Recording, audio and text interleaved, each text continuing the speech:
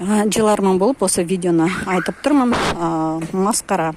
Мен бір аялдамаға жетпей, үш Россиядан келген адамды кездестірдім. Маған сұрау керек еді. Халыққа ХКО Павлов 48 қай жерде. Сосын үшеуінің екеуі жауап берді: я с России, я не знаю здесь ваше расположение. Сосын мен айттым, сіздерді ешкім тосып тұрған жоқ. Мен енді қауіптімін, ЛНР, ДНР істейтін, енді баршаңыз білетін шығарсыз. Мен сол қауіптілігімді айттым.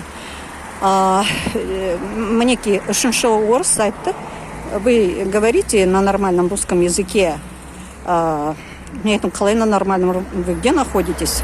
Это не важно, где я нахожусь. Я с России. Ну, уже сондай немен айтты.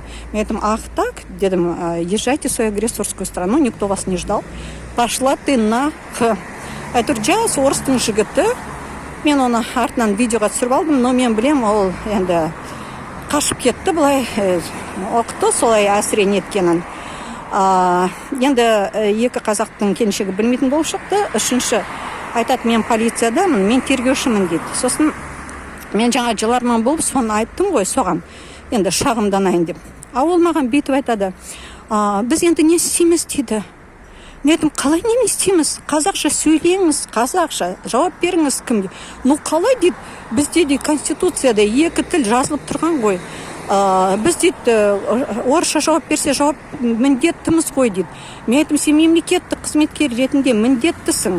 Ал сен далада кездескенде қара, сенің көзіңе, түріңе қарап тұрып, сен қазақ тілі екеніңді біле тұра, сен мемлекеттің Қазақстан, мемлекеттік тіл қазақ тілі екенін біле тұра, саған енді осы елдің тұрғындары да, шетелден келгендер де ешқандай шімірікпестен орысша сұрайды. Сен неге өз тіліңде жауап бермеуің керек? Сен неге өзің ұлтыңды, тіліңді, мемлекеттіліңді осылай насихаттамауың керек? Мұнда насихаттау да керек жоқ. Барлық есі дұрыс мемлекет құрушы ұлттар барлық мемлекеттерде солай істейді. Сен неге солай істейсің? Жоқ, апай, сіз солай айтпаңыз, сіз насихаттап тұрсыз, қазақ тілінде сөйле деп. Мен айттым, мен насихаттап тұрмын, я?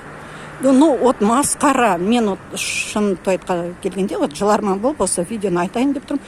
Айтып жатырмын, бұл енді Сқақовтың несі. Мен ойлап тұрмын, Сқақовта шақырып жатқан шығар уже. Енді қалай бір остановка, бір аялдама, мен әлі жеткем жоқпын. Арасында бір аялдама. Сонда мен үш, ана бір орыс, олар бәрі Ресейден болып шықты. Барлықтары үшеуі Ресейден болып шықты. Сол үшін мен ана полицейскийға шағымданып, сұрап бастадым, өйткені ол маған ана неден көріп берді. Оның айтқан сөзі мінеки мынандай: жетістік, мінеки жетістік. Скляр осындайларды алып алды ма, білмеймін, ана министр сондайларды алып алды ма, білмеймін, неке осындай жағдай болып жатыр бізде. Масқара болып жатырмыз біз Павлодар қаласында.